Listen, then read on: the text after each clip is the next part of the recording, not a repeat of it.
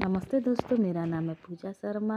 देखो दोस्तों, मेरा बेटा को स्कूल जाने के लिए मैं उठाने लगी हूँ। बेटा उठो, मनीष स्कूल जाना है कह रही हूँ। देखो चूल्हे पे चढ़ा दी हूँ देसी नुस्खे। और देखिए दोस्तों, मैं जा रही हूँ मोटर ऑन करने, क्योंकि हमारे घर 8 बजे नल खुलता है। इसलिए देखी नल खुल गया दोस्तों। देखो दोस्तों, मेरी बेटी को मैं चोटी कर रही हूँ, क्योंकि उसको बाल बांधना पड़ता है स्कूल जाने के लिए दोस्तों। इसीलिए उसका बाल बांधना पड़ रहा है। देखिए दोस्तों, मैं रेडी हुई कि नहीं, सिम्मी देखने आई हूँ।